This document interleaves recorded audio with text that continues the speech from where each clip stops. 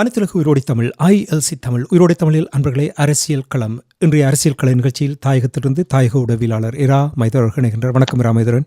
வணக்கம் அன்புறவுகளுக்கும் நேர வணக்கம். இன்னொரு அரசியல் கலை நிகழ்ச்சியில் இணைந்திருக்கின்றோம். இன்று நாங்கள் முதல் தடவையாக அனுரகுமார் திசாநாயக்கனுடைய அரசாங்கம், அந்த அரசாங்கம் சமர்ப்பித்த வரவு செலவு திட்டம் தொடர்பாக பார்ப்போம்.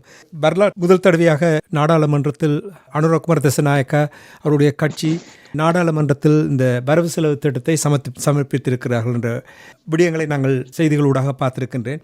இது ஏதோ ஒரு விதத்தில் மக்கள் எதிர்பார்த்ததை அவர்கள் கொடுத்திருப்பது போல் தெரிகின்றது.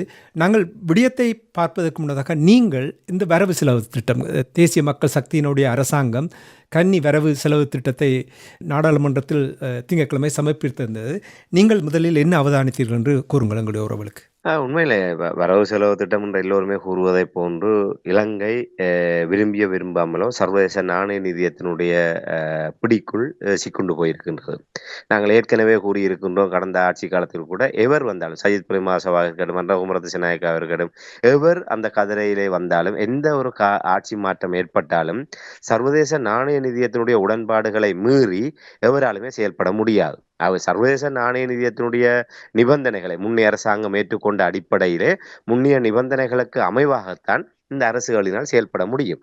குறிப்பாக சர்வதேச நாணய நிதியத்தினுடைய முழு கவனமுமே இந்த வரவு செலவு திட்டத்தை தான் இருக்கும். என்று சயித் பிரேமதாசா கூறுவதை போன்று இது அனுரகுமார் திசாநாயக்க அரசாங்கத்தினுடைய வரவு செலவு திட்டம் இல்லை, IMF வரவு செலவு திட்டம் என்று அவர்கள் கூறுவதை நாங்கள் ஒரு வகையிலே ஏற்றுக்கொண்டுதான் ஆக வேண்டும். என்றால் அவர்கள் இந்த வரவு செலவு திட்டத்திலே இன்னென்ன விடயங்களை கொண்டு வரப் போகின்றோம், இதை செய்ய போகின்றோம் என்ற விடயங்களை எல்லாம் சர்வதேச நாணய நிதிய தரப்போடு அவர்கள் முன்னே ஒரு உலக கலந்துரையாடல்களை கலந்துரையாடி அவர்களுக்குரிய விளக்கங்களை கொடுத்துத்தான் அவர்கள் இந்த விடயங்களை செய்திருக்க முடியும் என்ற சுயாதீனமாக ஒரு செயல்படக்கூடிய நிலைமை என்பது அனுரகுமார் திசாநாயக்க அரசாங்கத்துக்கு இல்லை. என்றால் சர்வதேச நாணய நிதியத்தினுடைய பிணை எடுப்பில் தான் இலங்கை அரசாங்கம் தன்னை ஆசுவாசப்படுத்தி கொண்டிருக்கின்றது. இன்று இலங்கை அரசாங்கம் ஓரளவேனும் ஒரு நிலையான ஒரு சுவாசத்தை அது வெளிப்படுத்துகின்றது என்று சொன்னால் அதற்கு அடிப்படை ஆதாரம் என்பது IMF. IMF-னுடைய அந்த வரையறைகளை தாண்டி ஒரு சுவாச நோயினால் பாதிக்கப்பட்டவர்களுக்கு ஒரு செயற்கை சுவாசம் வழங்கப்படுகின்றதுன்னு சொன்னால் அந்த செயற்கை சுவாச கருவியினுடைய கட்டுப்பாட்டில் தான் அவர் இருக்க முடியும். அதே போன்ற ஒரு நிலைமை தான் ஒரு வெண்டிலேட்டரில் வைக்கப்பட்டிருக்கின்ற ஒரு நோயாளியினுடைய நிலையில் தான் இலங்கை இருக்கின்றது. IMF என்கின்ற அந்த கடிவாளம் அவர்களிடம் தான் இருக்கின்றது. ஆகவே இந்த சர்வதேச இந்த வரவு செலவு திட்டம் என்பது பல ஒரு எல்லோராலுமே ஒரு பார்க்கப்படக்கூடிய வகையிலே ஒரு மாறுபட்டதாக காணப்பட்டாலும் இதனுடைய நடைமுறைப்படுத்தல் என்பது அடுத்த 5 வருடங்கள் இல்லை அடுத்த வருடத்திலே எவ்வாறு இது நடைமுறைப்படுத்த போகணும், இதற்கான நிதி ஆதாரம் ஏற்கனவே நான் நினைக்கிறேன் ஒரு மிகப்பெரிய ஒரு பற்றாக்குறை காணப்படுகின்றது. அதை எப்படி நிவர்த்தி செய்ய போகின்றார்கள், மீண்டும் சர்வதேச நாணயத்தினுடைய நிதிகள் வழங்கப்படுகின்ற போது அது எவ்வாறான உடன்பாடுகளுக்கு வரப்போகின்றது.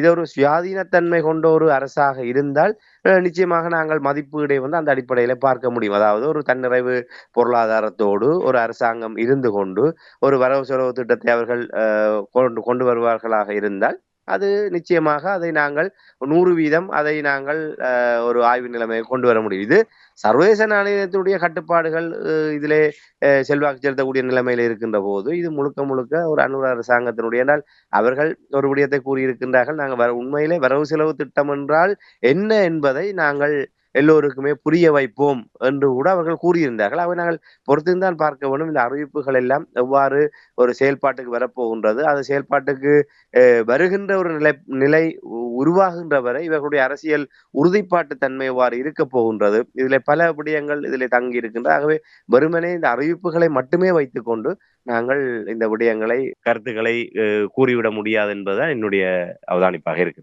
நன்றி. பொதுவான இந்த வரவு செலவு திட்டம் தொடர்பான விடயங்களை நீங்கள் இங்கே தந்ததுக்காக நன்றி.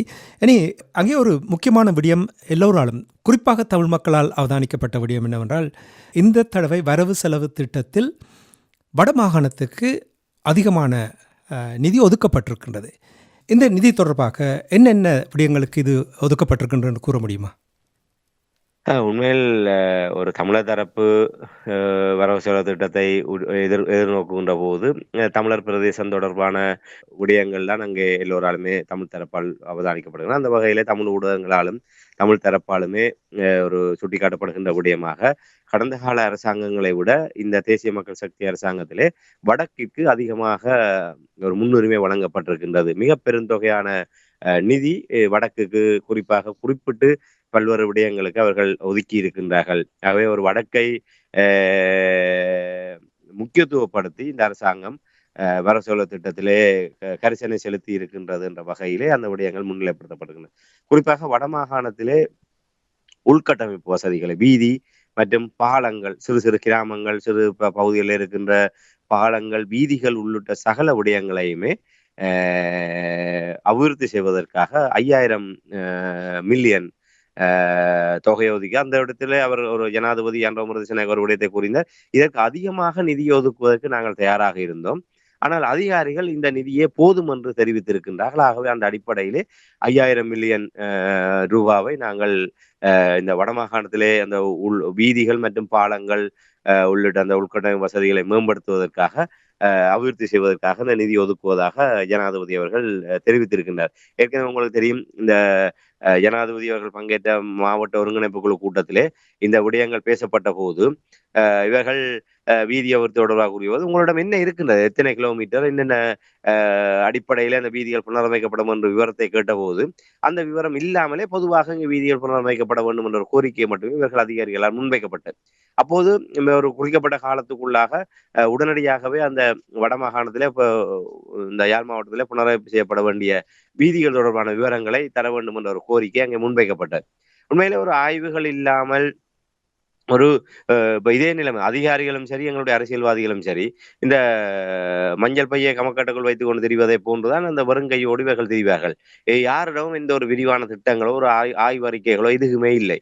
வெறுமனே வாயால் சென்று போய் பேசுகின்ற அளவில் தான் இவர்கள் இருந்தது. இப்போது கூட அன்றோமரதிசநாயக்க அவர் கூறுகின்றார், அவர்கள் ஒரு மதிப்பீடு செய்திருப்பார்கள், தாங்கள் இதைவிட அதிகமாக நிதி ஒதுக்க தயாராக இருந்தோம், ஆனால் அதிகாரிகள் கூறிவிட்டார்கள் இவ்வளவுமே போதும் என்று சொல்லி. ஆகவே இப்போது 5000 மில்லியன் இப்போது வீதி மற்றும் பாலங்களுக்காக ஒதுக்கப்படுகிறது. அதே போன்று யாழ் நூலகம் புனரமைப்பு மேம்படுத்துவதற்காக 100 மில்லியன் ரூபாவையும் அவர்கள் ஒதுக்கி இருக்கின்றார்கள். அதிலே அன்றோமரதிசநாயக்க அவர்கள் அங்கே அது தொடர்பாக கூறுகின்ற போதும் தமிழ் மக்கள் யாழ்ப்பாண நூலகத்தை ஒரு புனிதமாக கருதுகின்றார்கள். ஆகவே அதை இன்னும் அவர்கள் மறக்கவில்லை. ஆகவே அங்கே ஒரு நவீனத்துவத்தோடு அந்த யாழ் பொது நூலகத்தை மேம்படுத்த வேண்டிய ஒரு தேவைப்பாடு இருக்கின்றது. அதற்காக 100 மில்லியன் ரூபாய் ஒதுக்கப்படுவதாகவும், அதே போன்று நாட்டில் இருக்கின்ற ஏனைய பிராந்திய நூலகங்களும் அபிவிருத்தி செய்வதற்குரிய நிதி ஒதுக்கீடு செய்யப்பட்டிருப்பதாகவும் அதிலே தெரிவித்திருந்தது. அதே போன்று முல்லைத்தீவு மாவட்டத்திலே வட்டுவாவல் பாலத்துக்கு தனியாக 1000 மில்லியன் என்று நினைக்கின்றேன், கிட்டத்தட்ட 100 கோடி ரூபாய் அந்த வட்டுவாவல் பாலம் முற்றாக அது சிதைவடைந்து போயிருக்கின்றது.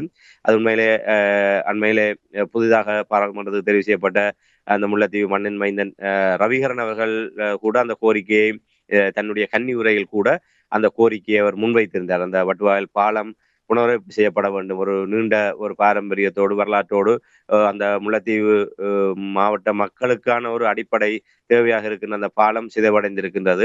அது யுத்த கால பகுதியிலே இறுதி யுத்தத்தின் போது கடுமையாக பாதிக்கப்பட்டு பின்னர் ஒரு வருடமும் ஏற்படுகின்ற இந்த இயற்கை பேரிடர், அதாவது மழை வெள்ளத்திலே அது அடிபட்டுச்சு. அதுவும் கடந்த அந்த மழை வெள்ளத்திலே அது இந்த பெங்கால் புயல் ஏற்படுத்திய தாக்கம் காரணமாக வடக்கிலே ஏற்பட்ட அந்த மழை வெள்ளம், அந்த மழை வெள்ளத்திலே வட்டுவால் பாலம் பெரும் சேதத்தை சந்தித்திருந்தது.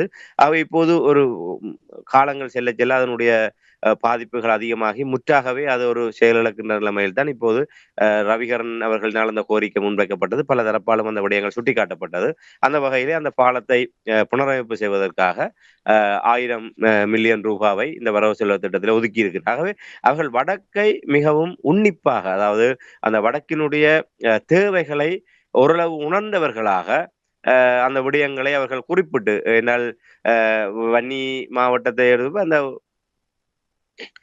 வட்டுவாயல் பாலம் என்பது அது ஒரு ஒரு ஒரு அந்த ஒரு உணர்வு பூர்வமாக அந்த விடயத்தோடு அவர்களை தொடர்புபடுத்துகின்ற வகையிலே அதை அவர்கள் தெரிவு செய்திருக்கின்றார்கள். அவ்வாறு தேசிய மக்கள் சக்தி அவர்களுடைய பொறுப்பேற்றதுக்கு பிற்பாடு வடமாகாண ஆளுநர் உள்ளிட்ட பல நியமனங்கள் அவ்வாறுதான் அவர்களுடைய விடயங்களை உற்று நோக்க வைத்தது. அவ்வளவு ஆழமாக அந்த நியமனங்களை தெரிவுகளை அவர்கள் செய்திருக்கின்றார்கள்.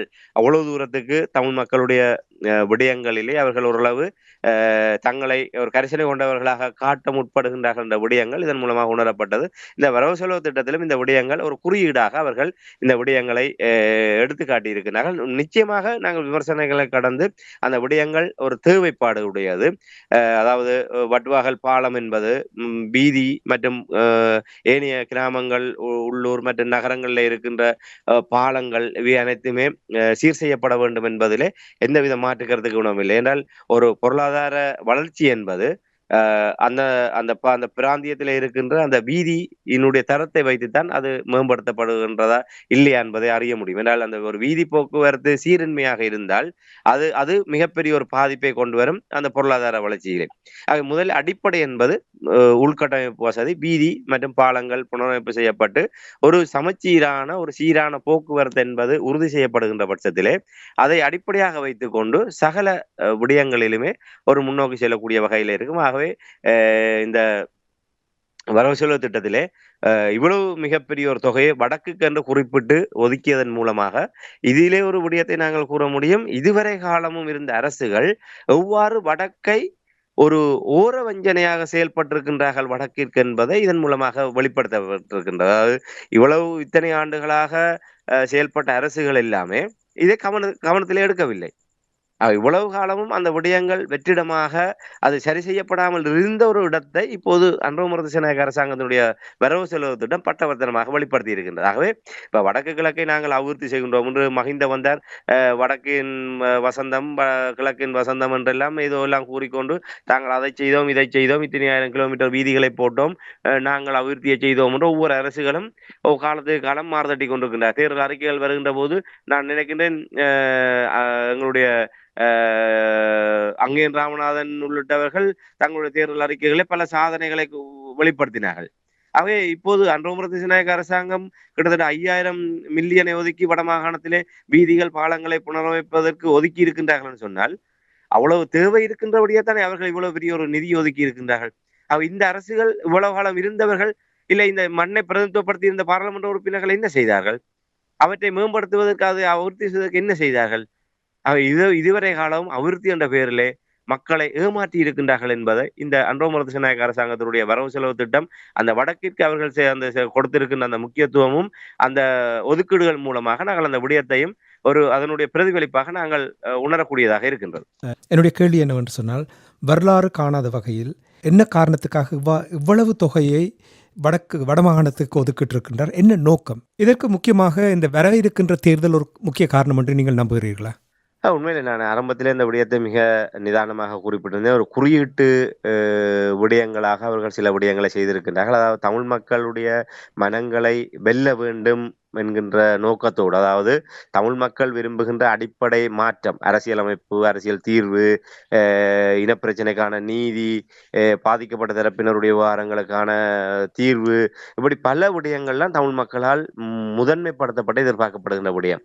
தமிழர் விவகாரத்தில் இந்த அரசு ஒரு நேர்மையாக செயல்படுகின்ற ஒரு தரப்பாக இருந்தால் இந்த விடயங்களில் தான் அதனுடைய நல்லெண்ண சமிக்கையை தமிழ் தரப்பு, தமிழர் தேசம் எதிர்பார்த்து காத்திருக்கின்றது. ஆனால் இவர்கள் இப்படியாக ஒரு பொருளாதார நலன் சார்ந்து அபிவிருத்தி விடயங்களை முதன்மைப்படுத்தி நாங்கள் தமிழர்களுடைய விவகாரங்களிலே நாங்கள் மிக ஒரு நேர்மையாக இருக்கின்றோம், இல்லை சாதகமாக பார்க்கின்றோம், இல்லை அதுக்கு முக்கியத்துவம் கொடுக்கின்றோம் என்று காட்ட முற்படுகின்றார்களே தவிர அது உண்மையில் தமிழ் மக்களுடைய விவகாரத்திலே உள்ளார்ந்தமாக அவர்கள் அந்த நிலையை நோக்கி பிரதிபலிக்கவில்லை என்பதுதான் அர்த்தம். அதற்காகத்தான் அவர்கள் அந்த விடயங்களை யாழ் பொது நூலகம் உண்மையில் அது தேவை.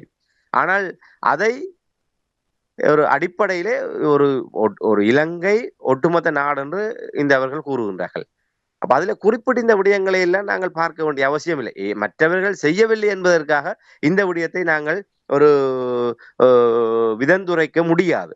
அது உண்மையிலே அரசாங்கத்துடைய கடமை. அதை அளித்தது யார்? இந்த அரசாங்கம். இந்த அரச இயந்திரம் தான் யாழ் நூலகத்தை அளித்தது. அளித்ததை கூட இன்னும் சரியான முறையில கொண்டு வரவில்லை.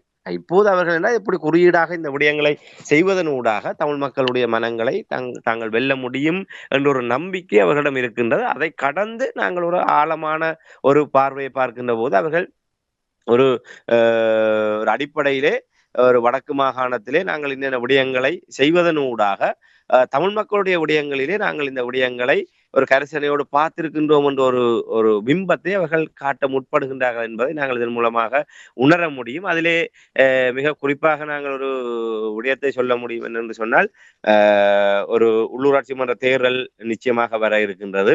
அவர்கள் இந்த ஜனாதிபதி தேர்தலிலே வடமாகாணத்திலே அவர்கள் ஒரு தமிழ் கட்சிகளை விட அதிகமான ஆசனங்களை பெற்றாலும், குறிப்பாக யாழ் மாவட்டமாக இருக்கட்டும், இல்லை வன்னி மாவட்டமாக இருக்கட்டும், அதில் அவர்கள் பெற்ற வாக்குகள் என்பது உண்மையிலே மிக குறைவு.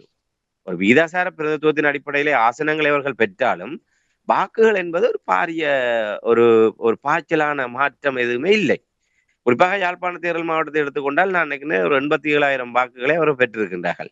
கடந்த ஜனாதிபதி தேர்தலில் 27,000 வாக்குகளை பெற்றார்கள். இப்போது 87,000 வாக்குகளை பெற்றார்கள். ஆனால் தமிழ் தேசிய கட்சிகள் அதை விட 2 மடங்கு 1,60,000 வாக்குகளை அவர்கள் பெற்றார்கள்.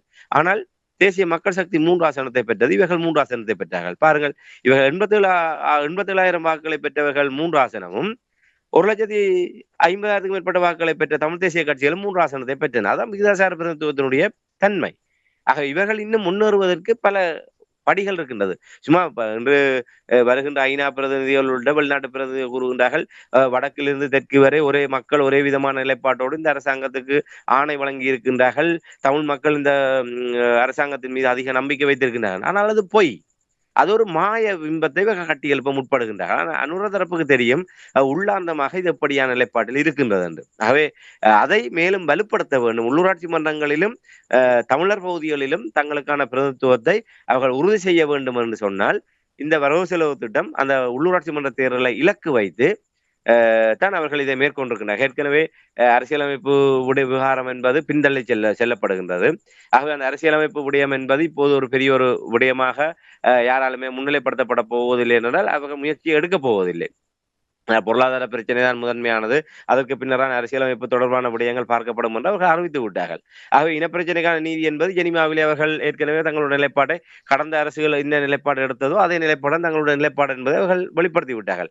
ஆக அந்த விடயங்கள் மறக்கப்பட்டு வருகின்ற போது இந்த வரவு செலவு திட்டத்தின் ஊடாக தாங்கள் ஒரு கரிசனையை செலுத்துகின்றோம் தமிழர் விடயங்களிலே என்ற அடிப்படையிலே அவர்கள் கொண்டு வருவதன் காரணமாக அவர்கள் இந்த உள்ளூராட்சி மன்ற தேர்தலிலே அதை அறுவடை செய்வதற்காக இலக்கு வைத்து தான் இந்த விடயங்களை அவர்கள் மேற்கொண்டிருக்கின்றார்கள். அதை விட மிக முக்கியமான ஒரு விடயத்தை நாங்கள் இந்த இடத்துல நினைவுபடுத்த வேண்டும். கடந்த ரணில் அரசாங்கமாக இருக்கட்டும், நல்லாட்சி அரசாங்கமாக இருக்கட்டும், தமிழர் விவகாரம் என்று வருகின்ற போது வடக்கு கிழக்கு தான் தமிழ் மக்களுடைய அடிப்படை. அது எதுவாக இருந்தாலும். ஆனால் இந்த அரசாங்கங்கள் கடந்து வந்த அரசாங்கங்கள் எல்லாமே தமிழ் மக்களுடைய அரசியல் விவகாரம் என்று வருகின்ற போது அது வடக்கோடு மட்டுப்படுத்துகின்ற ஒரு நிலைப்பாடு இருந்தது. அது எங்களுடைய பாராளுமன்ற உறுப்பினர்களும் அதை ஆமோதிக்கின்ற வகையிலே அதை ஆட்சேபிக்காமல் இருந்தவர். ரணில் கூட இனப்பிரச்சனை எங்களுடைய தீர்வுடைய அது வடக்குக்கான அபிவிருத்தி, வடக்குக்கான கிழக்குன்னு சொன்னால் அதை விட்டு விட்டார்கள். அப்ப கிழக்கு யாருடையது? அப்ப தமிழர் தாயகம் என்பது வடக்கோடு இப்போது மட்டுப்படுத்தப்பட்டு விட்டது. இப்ப அனுரகுமார திசாநாயக்க அரசாங்கமும் அந்த வடக்கை முதன்மைப்படுத்துவதனூடாக தமிழர்களுடைய விவகாரம் என்று சொன்னால் அது வடக்கினுடைய பிரச்சனை, வடகிழக்கு இணைந்த பிரச்சனை அல்ல என்பதை அவர்கள் இதன் மூலமாக நிரூபித்திருக்கின்றார்கள். ஏனால் ஒரு தமிழர்களுடைய பிரதேசம் தமிழர்களுடைய விவகாரம் என்று வருகின்ற போது வடக்கு கிழக்கை அடையாளப்படுத்தி இருக்க வேண்டும். இந்த மலையக மக்களை தனியை பிரதித்துவப்படுத்துகின்றார்கள், வடக்கை பிரதித்துவப்படுத்துகின்றார்கள். ஆகவே தமிழ் பேசும் சமூகம் என்று வருகின்ற போது முஸ்லிம்களுக்கு ஒரு விடயத்தை தனித்து பார்க்கின்றார்கள், மலைய மக்களை தனித்து பார்க்கின்றார்கள், வடக்கை தனித்து பார்க்கின்றார்கள். ஆக இது ஒரு ஆபத்தான அறிகுறி. வடக்கு கிழக்கு தமிழர் தாயகத்தை இவர்கள் ஏற்கனவே பௌத்த ஆக்கிரமிப்புகள் உள்ள பல விவகாரங்களின் ஊடாக அதனுடைய அடிப்படையை இவர்கள் சிதைத்து வருகின்றார்கள். அந்த எங்களுடைய அந்த நிலத்தொடர்பை அறுத்து எங்களை கூறு போடுகின்றார்கள். இப்போது அரசனுடைய வெளிப்படையான அறிவிப்புகளின் ஊடாக தமிழர் விடயம் என்று சொன்னால் அது வடக்கு மட்டும்தான். அது பொருளாதார அபிவிருத்தியா இருக்கட்டும், அரசியல் விவகாரமாக இருக்கட்டும். அது கிழக்கு என்று சொன்னால் அது பல பிரச்சனைகள் இருக்குது. அது முஸ்லிம்கள், தமிழர்கள், சிங்களவர்கள், அது வேறு வகையான ஒரு விடயமாக கொண்டு வந்து குறுக்கி விட்டார்கள். ஆகவே அந்த விடயத்தை நாங்கள் இந்த இடத்துல சுட்டிக்காட்ட வேண்டி இருக்கின்றது. இந்த ஜேவிபி அரசாங்கமும் வடக்கு என்பதை தனித்து அடையாளப்படுத்துவதனூடாக தமிழர்களை வடக்கிற்குள் முடக்குகின்ற ஒரு நிலைப்பாட்டை ஒரு அரசாங்கமாக ஒரு அங்கீகாரமாக அதை வெளிப்படுத்தியிருக்காங்க. இதை நிச்சயமாக தமிழ் தரப்பு ஒரு வன்மையாக ஒரு கண்டனத்தோடு சுட்டிக்காட்டப்பட வேண்டிய ஒரு விடயம் என்பதை இந்த இடத்துல பதிவு செய்யணும். ஆகவே இந்த அனுர அரசாங்கத்தினுடைய இந்த வரவு செலவு திட்டத்திலே வடக்குக்கு முன்னுரிமை கொடுக்கப்பட்ட விடயம் என்பது ஒன்று உள்ளூராட்சி மன்ற தேர்தலை இலக்கு வைத்து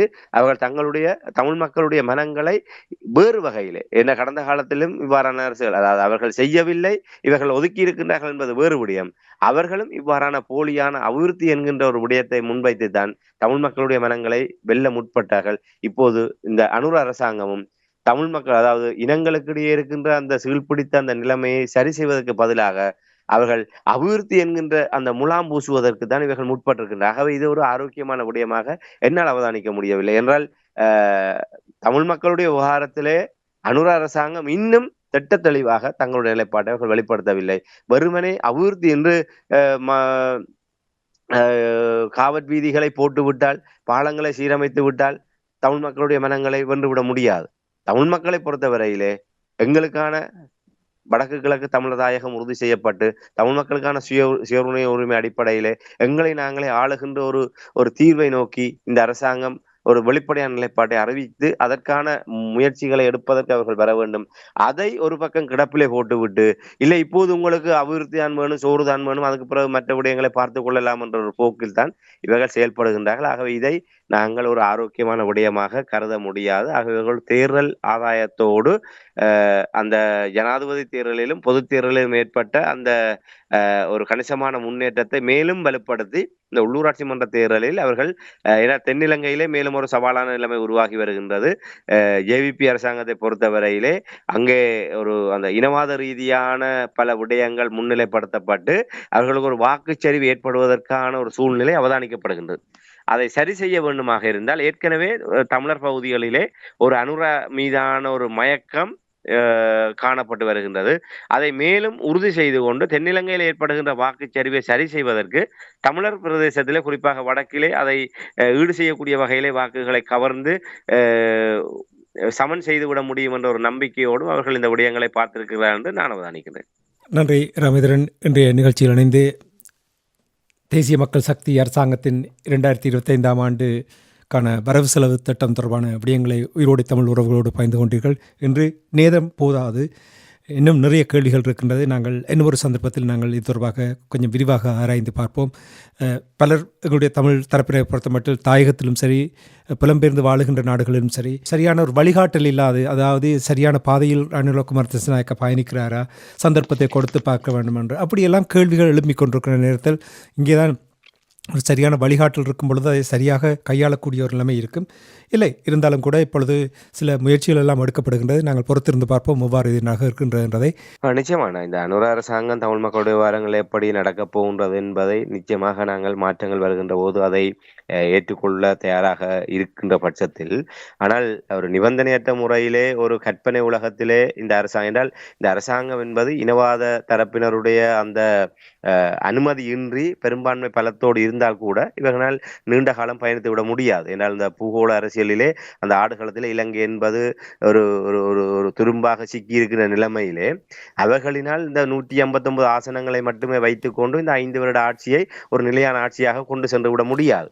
ஆகவே அவர்கள் எல்லோரையுமே திருப்திப்படுத்த விட முடியாது. சீனாவையோ அமெரிக்காவையோ இந்தியாவையோ சம நேரத்திலே எல்லா தரப்பையுமே திருப்திப்படுத்தி விட முடியாத ஒரு இக்கட்டில் இருக்கின்ற போது இவர்களால் அதிருப்தி அடைகின்ற ஒரு தரப்பு மீண்டும் இனவாதத்தை கையில் எடுத்து அந்த தரப்பினரை அவர்கள் வலுப்படுத்துவார்களாக இருந்தால் அடுத்த வருடம் 2 வருடத்திலே ராஜபக்சேகள் நாட்டை விட்டு ஓடுகின்ற நிலைமை உருவாக்கியவர்களால் இந்த அனுர அரசாங்கத்தை ஆட்சியிலிருந்து தடுமாற வைப்பதற்கு வெகு நேரமாகாது.